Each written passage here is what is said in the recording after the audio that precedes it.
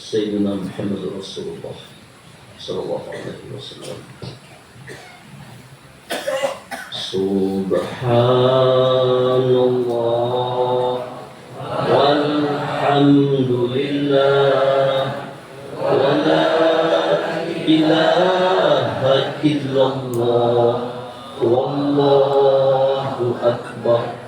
Subhanallah walhamdulillah wa la ilaha illallah wallahu akbar.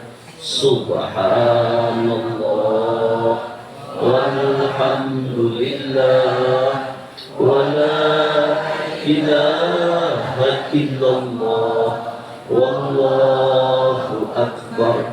Subhanallah walhamdulillah wa la ilaha illallah wallahu akbar.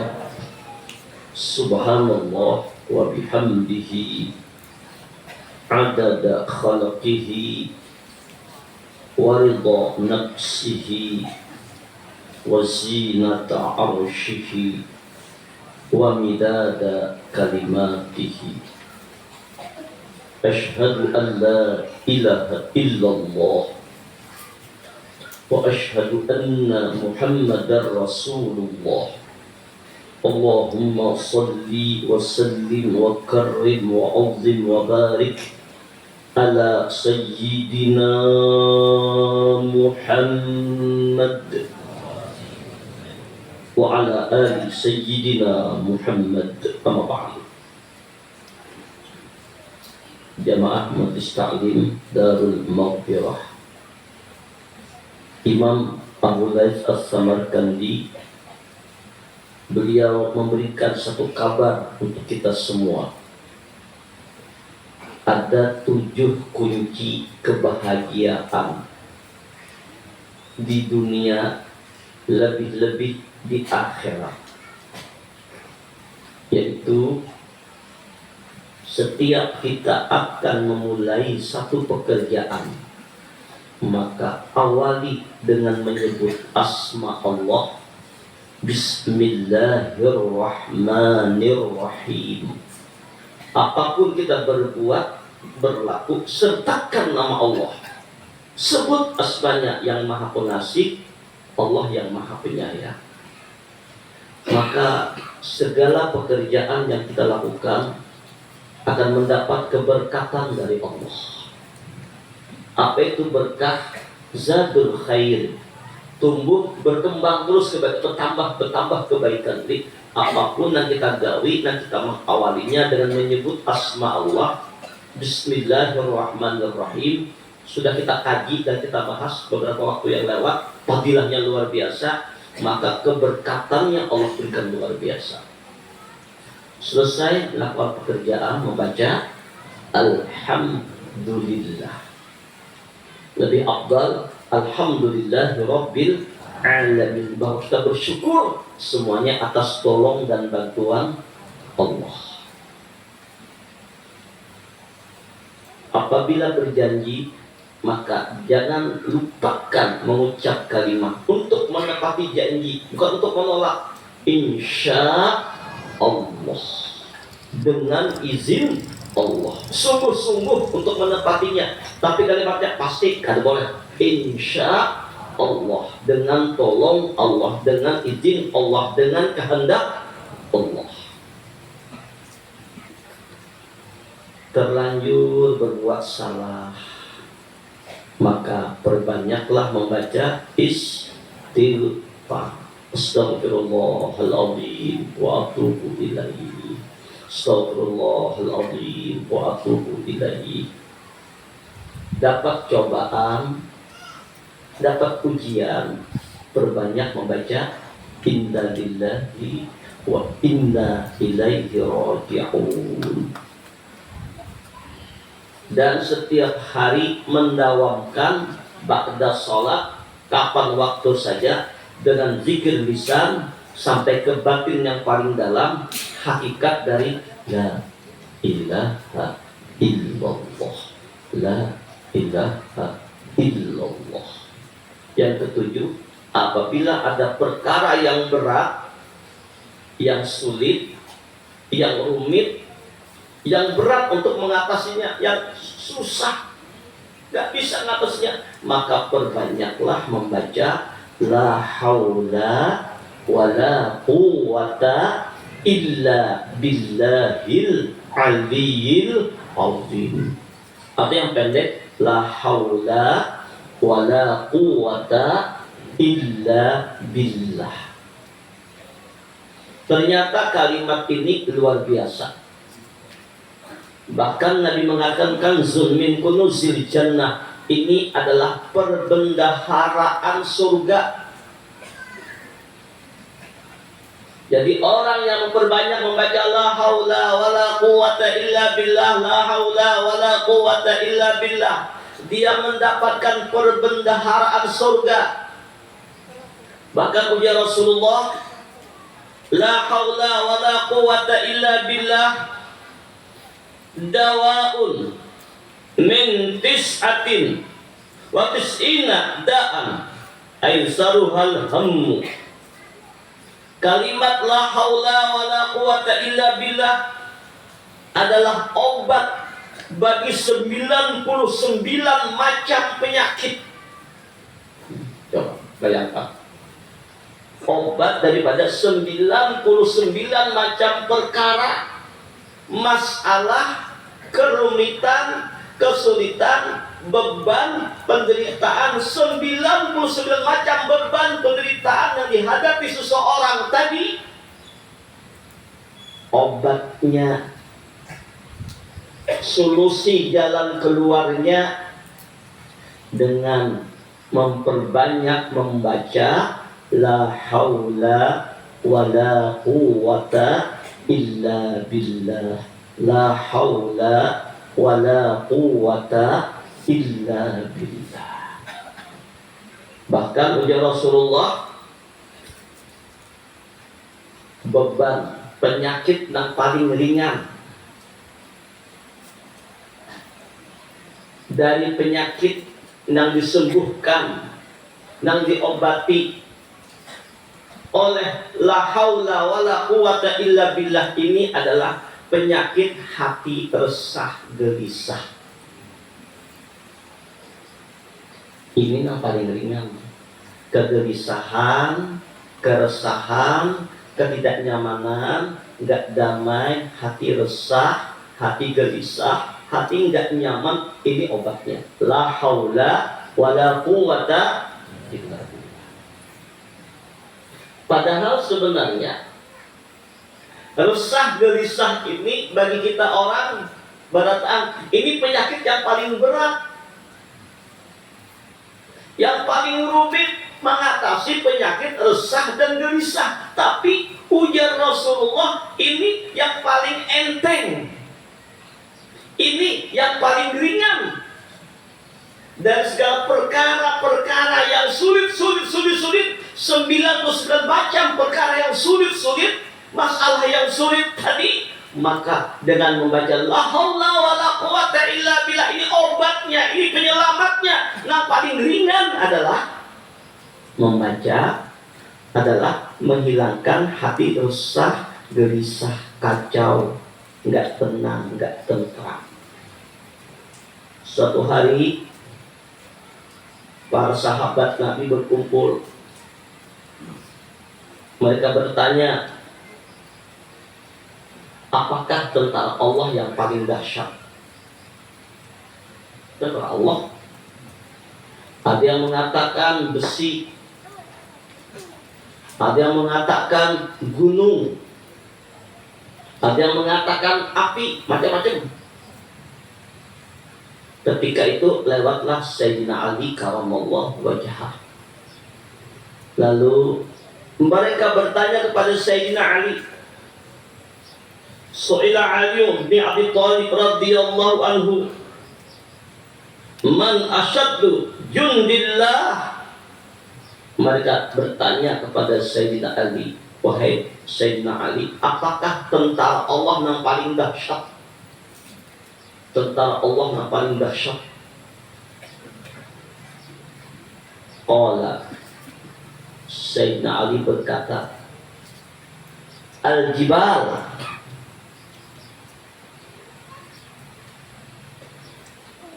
gunung. Gunung itu tentara Allah yang paling dahsyat, puja Sayyidina Ali. Kenapa? Tapi gunung di Mekah itu beda gunung di kita. Gunung kita kan, kalau di Mekah tuh bebatuan yang terjal, yang kokoh, yang kuat. Maka Sayyidina Ali gunung. Kemudian wal jibalu yaqtauhal hadid, akan tetapi gunung itu kawa dipahat, kawa diruntuhkan oleh besi. Apa istilahnya kita yang gunung batu ini apa? Dengan apa? Besi kalau teman-teman buahan ya Pak. Mesin apa? Traktor apa? Apa? Peko, no, tung, tung, tung, tung, besi itu. Al-hadidu aqwa. Kalau begitu ujar Sayyidina Ali, besi itu lebih kuat dari gunung.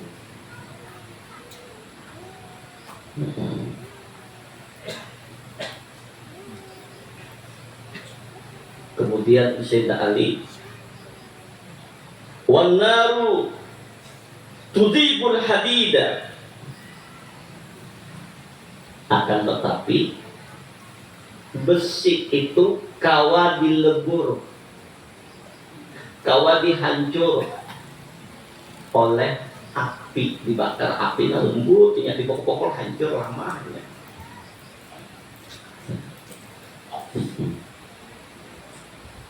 Panaru aqwa, kalau begitu Sayyidina Ali, api itu lebih kuat dari besi.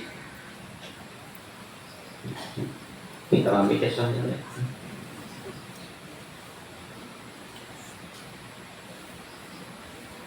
Wal ma'u yutfi'un nar, akan tetapi api bisa dipadamkan oleh air.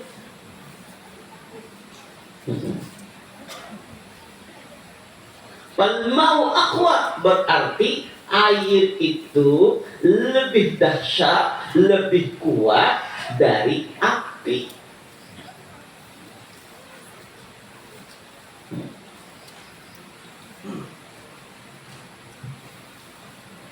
Kemudian di Sayyidina Ali, nih pintunya ilmu Rasulullah Sayyidina Ali, kadang-kadang gampang ya.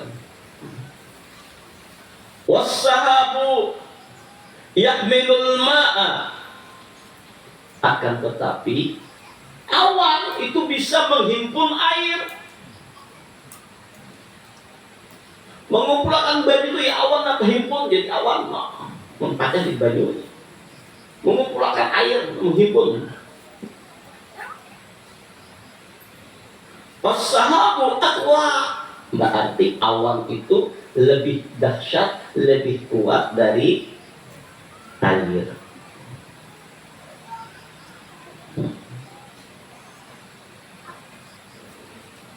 Wariyahu tabbasu bisahab, akan tetapi awan itu digiring oleh angin. Guguran naik lagi digiring, dibawa kemana-mana oleh angin, ke sana ke sini.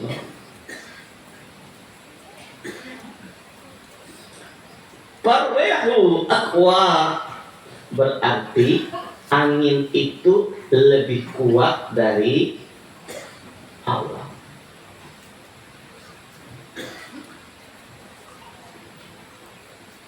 Wal insanu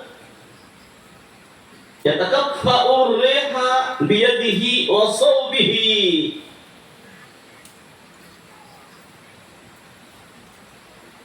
sedangkan angin itu dapat dikendalikan oleh manusia dengan tangannya dan dengan pakaiannya bisa dikendalikan.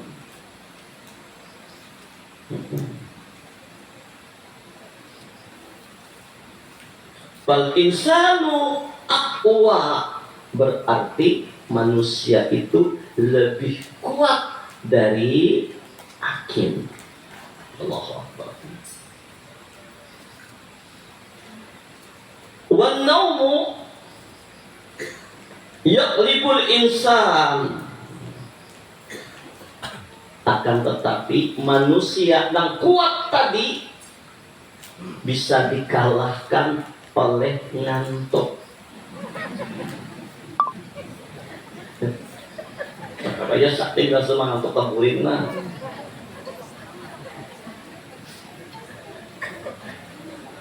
Jadi harap pada tentang Allah nama ngantuk nih, dasar semak guring, dasar sakti kalah anjing, kalah api, kalah air, kalah besi, kalah gunung dapatnya mengantuk. Allahu Akbar.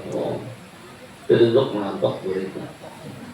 Jadi kelemahan manusia itu dikalahkan oleh mengantuk. Makanya kalau kita bisa mengalahkan kantuk kita, orang-orang sabar. Makanya para pembesar Allah, waliullah itu mengalahkan kantuknya malam sedikit tidur. Lebih banyak jaganya daripada tidurnya.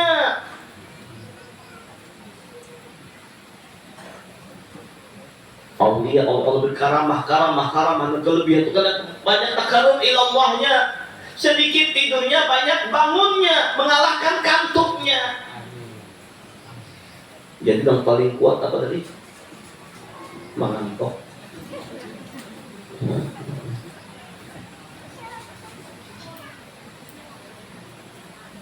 Kemudian wal hammu yaqlibun nauma, akan tetapi kantuk itu bisa dikalahkan oleh sakit hati, resah, gelisah. Orang mengantuk pun kata Allah guring lagi, memikirkan macam-macam. Tak Allah itu ini kagak dalam laki dan pedaan. Mengantuk, hampir mengantuk. Ada masalah. Nah, berbeda. Nah, oh guring. Mata mau terpejam, tak sanggup memejamkan mata, terus terbayang-bayang ini kadang kau guring. Jadi yang paling sakti itu adalah perasaan resah gelisah. Annau fa'aqwa jundillahi huwal hammu. Nah, jadi yang paling kuat tentara Allah itu adalah perasaan sumpah, resah, gelisah.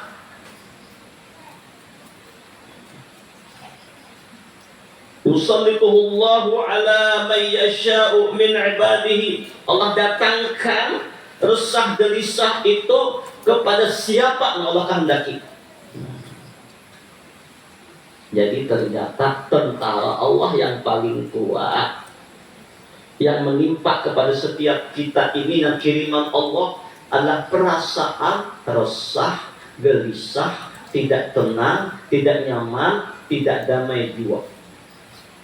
Akan tetapi ternyata tentara Allah yang paling kuat yang namanya kegelisahan, kegalauan, sumpah, kacau balau hati, nggak tenang, nggak tentram jiwa, ini ternyata adalah penyakit yang paling kecil, penyakit yang paling ringan dari 99 perkara masalah yang ditimpakan manusia oleh Allah kepada manusia. Yang paling ringan ini adalah penyakit sumpah, penyakit gelisah, dan diobatinya dengan la haula wala quwwata illa billah. Nah, kamu sudah obatnya nih. Dan banyak lagi faedah dari membaca la haula wala quwata illa billah. Banyak keajaibannya. Diriwayatkan pada zaman Rasul Shallallahu Alaihi Wasallam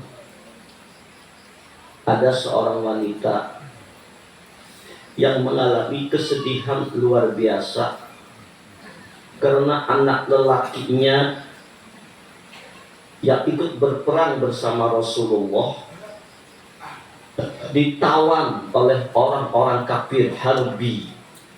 Kafir harbi itu artinya kafir yang memusuhi umat Islam. Kalau kafir zimmi itu yang tidak memusuhi, yang berdamai, bersahabat. Ini kan lebih anu ini. Kalau kafir harbi ini yang memusuhi. Ibu tersebut namanya anak, berbeli sahamnya luar biasa. Lalu kesedihannya luar biasa, meminta suaminya yang bernama Auf bin Malik al-Ashja'i untuk mengadukan hal ini kepada Rasulullah. Lalu sang suami berkata, "Wahai Rasulullah, anakku bernama Malik. Ia pergi berperang bersama engkau dan belum kembali karena ia ditawan oleh orang-orang kafir. Sementara dia adalah anakku satu-satunya. Adakah amalan doa yang kubaca untuk menghilangkan kesedihan hatiku ini agar anakku selamat kembali?" Maka apa kata Nabi? "Ya aksil anta wa zawjuka min qawli la hawla wa la quwwata illa billah." Hai Auf, perbanyak olehmu dan istrimu membaca la haula wa la quwwata illa billah.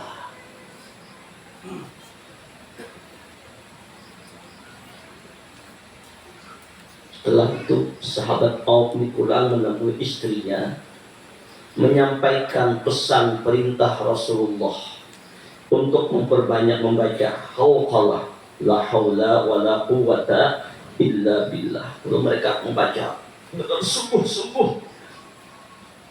Sekarang apa gara arti la haula wa la quwwata illa billah itu?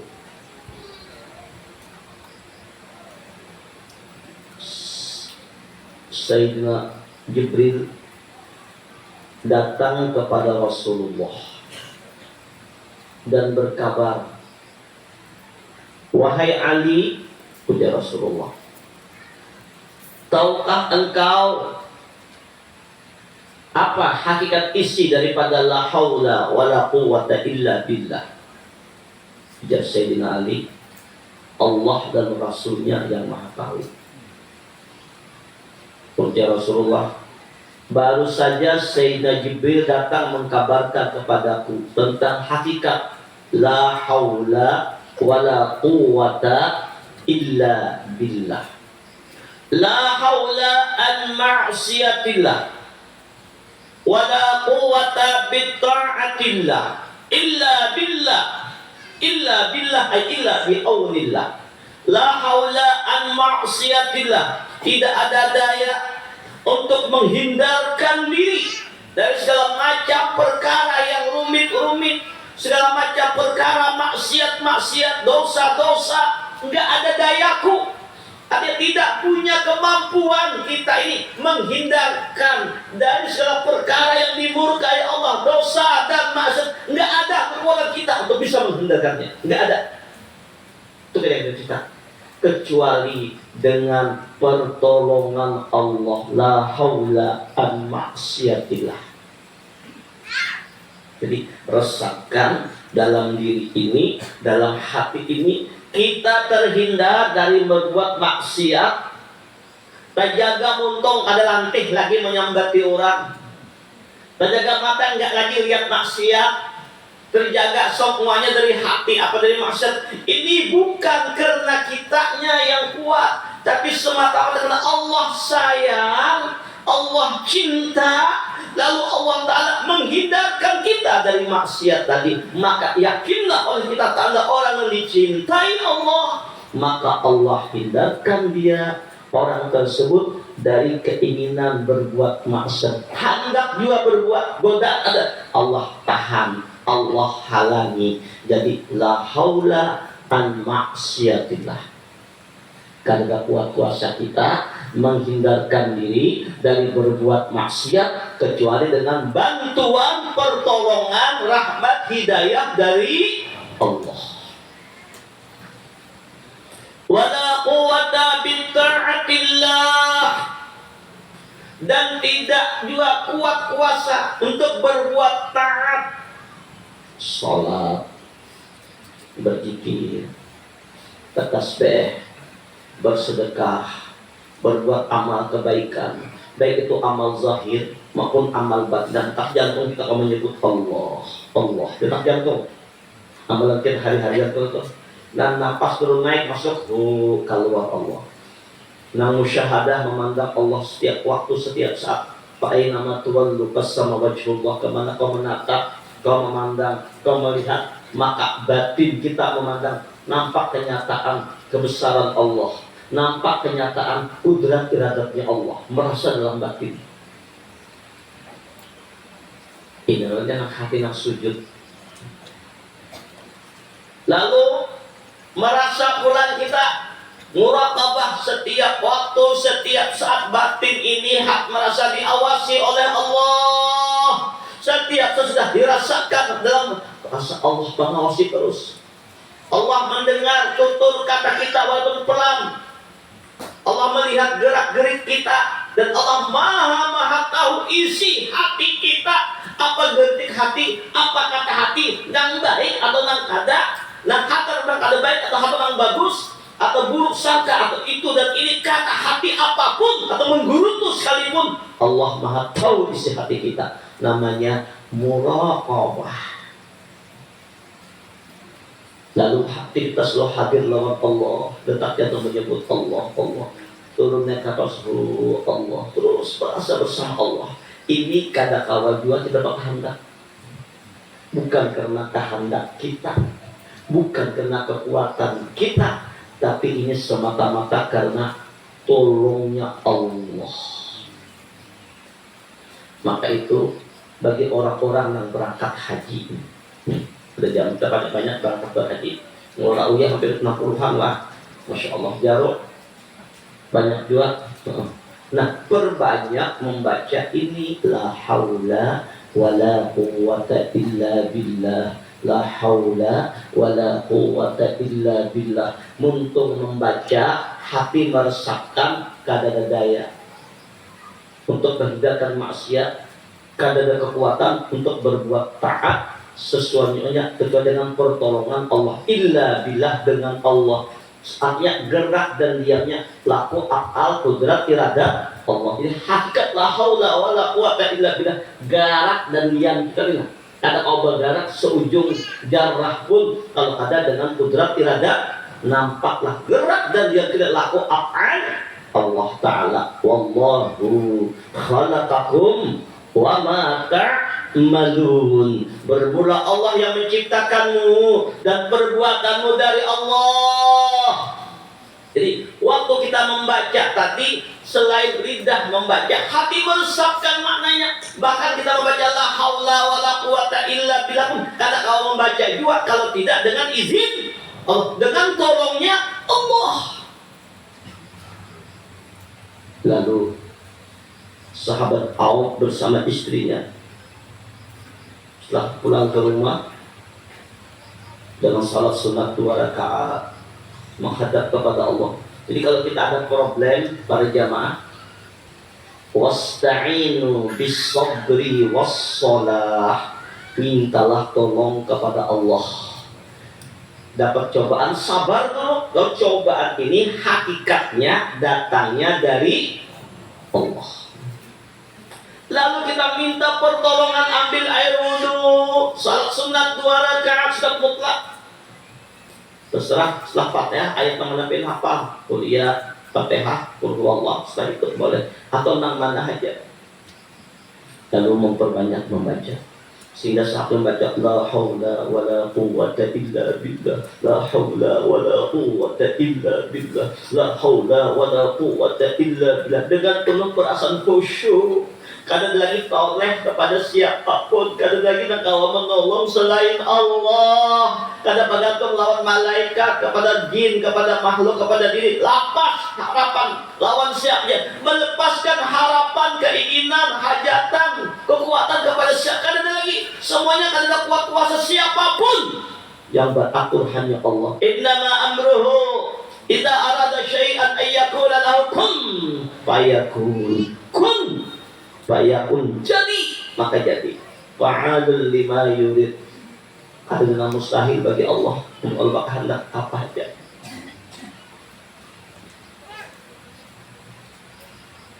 Allah kehendak mustahilkah kira-kira? Alam semesta dan seluruh isinya ini, termasuk arsy, surga, neraka, dunia isinya, Allah buat. Termasuk kita nih di dalam sebiji telur puyuh, telur puyuh harus keluar. Mustahil tidak? Nah, menurut Allah enggak mustahil tidak? Enggak mustahil. Bisa saja kalau Allah berkehendak. Nah ini ujiannya, salah medainya. Bagi Allah nggak ada yang mustahil.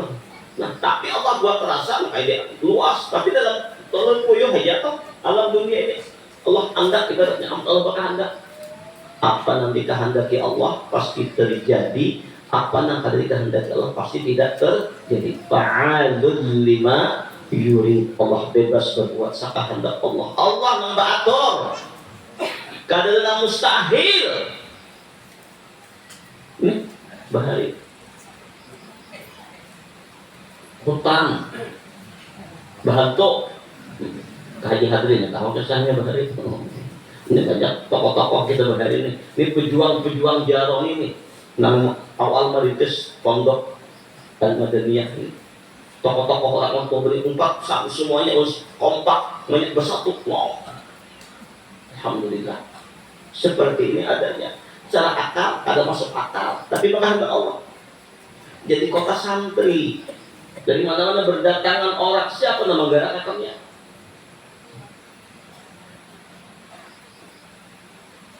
Apa amalannya? Itu rahasia yang belum buka. La haula wala quwwata illa billah.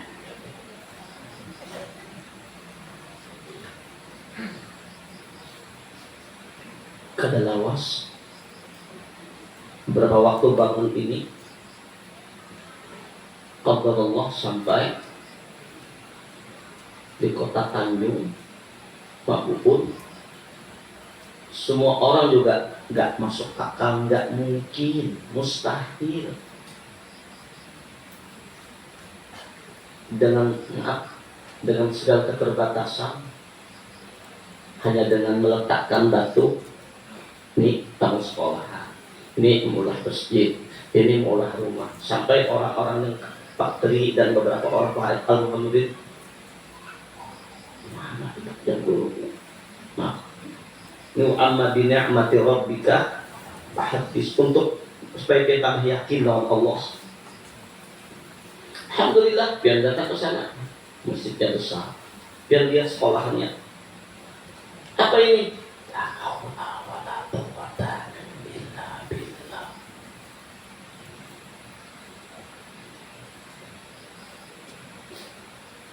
Pada Laos tahun 2013, di belakang hutan belukar, bahan tuyul ada sampai banyak, masih masih bahan tuyul lagi. Kan tidak apa-apa juga. Terbangunlah pondok Nurul Mustafa. Santrinya dari mana-mana, dari Kalsel, dari Kaltim, dari Kalteng, dari Kaltrak, dari mana-mana. Mudah. Pak setiap hafal Quran. Secara akal tidak masuk. Tapi dengan la haula wala quwwata illa billah.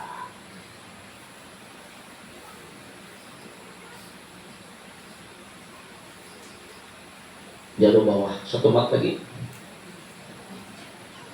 Pondok untuk lansia, untuk orang tua yang mondok.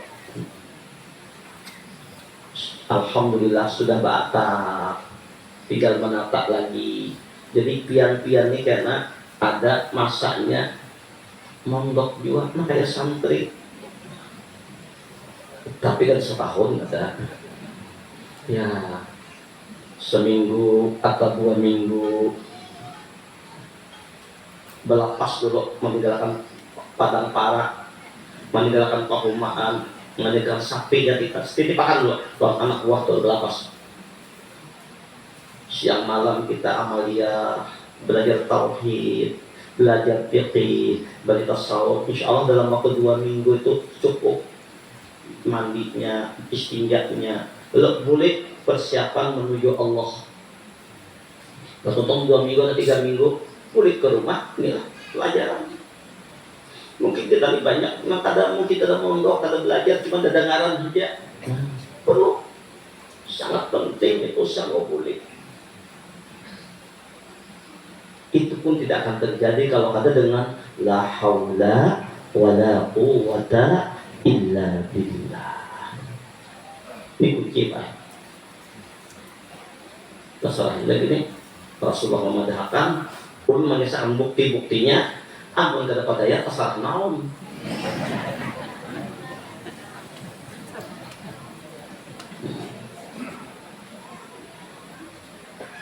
Maka sahabat Auf dan istrinya terus membaca la haula wala quwwata illa billah, la haula wala quwwata illa billah. Tidak bosan-bosannya. Kada penat-penatnya, sungguh-sungguh berhajat, bujur berharap lawan Allah, la haula wala quwwata illa billah, la haula wala quwwata illa billah. Beberapa kurun, beberapa jam, tiba-tiba di tengah malam dengan bercurah air mata mereka menyerahkan diri kepada Allah. Tiba-tiba rumah mereka diketuk orang. Assalamualaikum.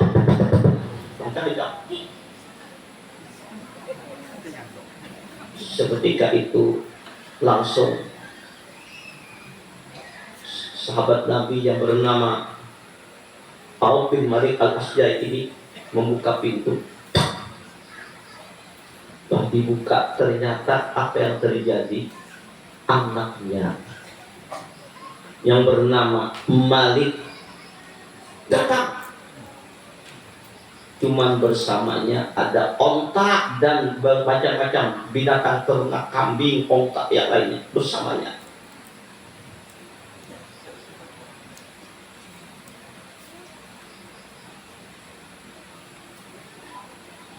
Lalu sang ayah bertanya, wahai anakku, apa yang terjadi padamu?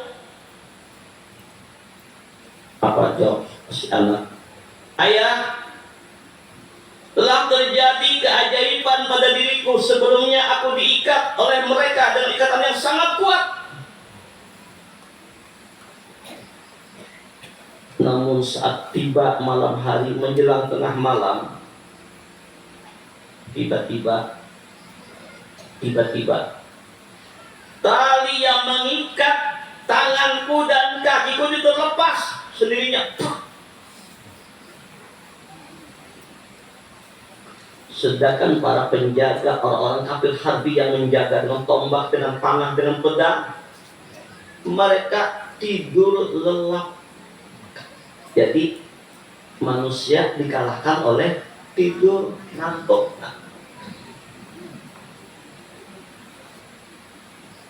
Melihat mereka tidur lelap, tidur nyenyak dan luar biasa, aku pun bersegera pergi.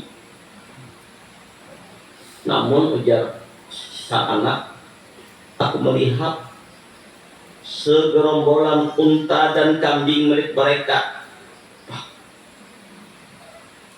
Maka aku tarik bosnya. Nah, kan ada kepala adat yang unta itu ada tok, nah dari tarik satu itu malah empat kambing terus aku tarik tokoh-tokohnya ke bawah, enggak buka umpatan yang lain juga sama dan ini adalah termasuk harta rampasan perang karena adalah orang kafir harbi yang memusuhi umat Islam. Sekarang aku tiba, ayah, dengan harta rampasan perang aku udah selamat. Sang anak bertanya, ayah, ketika ayah memikirkan aku, mencari aku, apa yang ayah lakukan? Apa yang ibu lakukan? Kami pergi menemui Rasulullah, mengkabarkan tentang perkara menimpa engkau, wahai anakku. Maka Rasulullah memerintahkan kepada aku dan ibumu memperbanyak membaca la haula wala quwata illa billah, la haula wala quwata illa billah, la haula wala quwata illa billah, la haula wala quwata illa billah. Ini satu riwayat yang terjadi pada zaman Rasulullah, dan banyak riwayat yang lain tentang kedahsyatan kalimah la haula wala quwata illa billah. Oleh sebab itu para jamaah yang mulia, tolong jangan tinggalkan menghafalkan ini tiang barataan, kita barataan.